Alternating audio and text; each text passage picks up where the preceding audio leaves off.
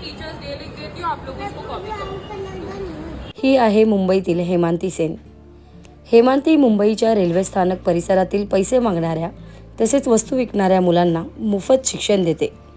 2018 मध्ये हेमांतीने जुनून नावाची संस्था सुरू केली।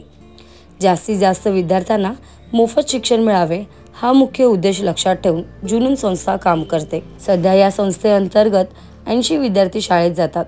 अनेकदा मुलांचे पालक त्यांना शाळेत पाठवण्यासाठी नकार देतात। अशा वेळेस हेमांती आणि तिची टीम पालकांची समजूत काढून त्यांना शाळेत पाठवण्याचे काम करते। ही संस्था फक्त शिक्षणापुरती मर्यादित न राहत कलागुणांना वाव देखील देते। जुनून या संस्थेमुळे जवळपास मुंबईतील 150 पेक्षा जास्त विद्यार्थ्यांना शाळेत जाण्याची संधी मिळाली। नमस्कार, माझं नाव हेमांती सेन आहे। मी लास्ट 6 वर्षापासून रेल्वे स्टेशनच्या मुलांना शिकवते। जब मैंने कुछ बच्चों को रेलवे स्टेशन पे देखा था और मुझे इनको स्कूल में दाखिल करना था और वही जर्नी मुझे यहाँ तक ले आई।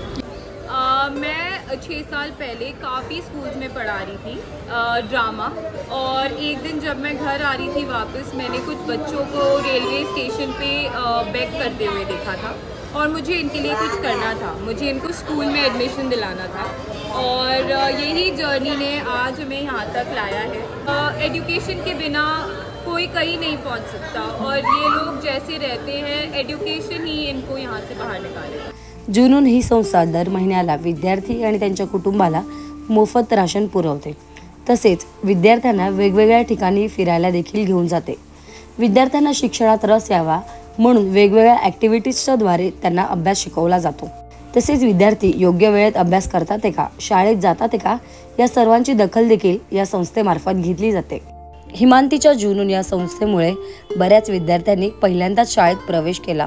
जुनून या संस्थेमुळे अनेक विद्यार्थ्यांमध्ये शिक्षणाची आवड निर्माण होईल यात काही शंका नाही। हेमांती आणि तिच्या टीम सारखे शिक्षक प्रत्येकालाच भेटावे। निकिता महेंद्र, लोकल 18, मुंबई।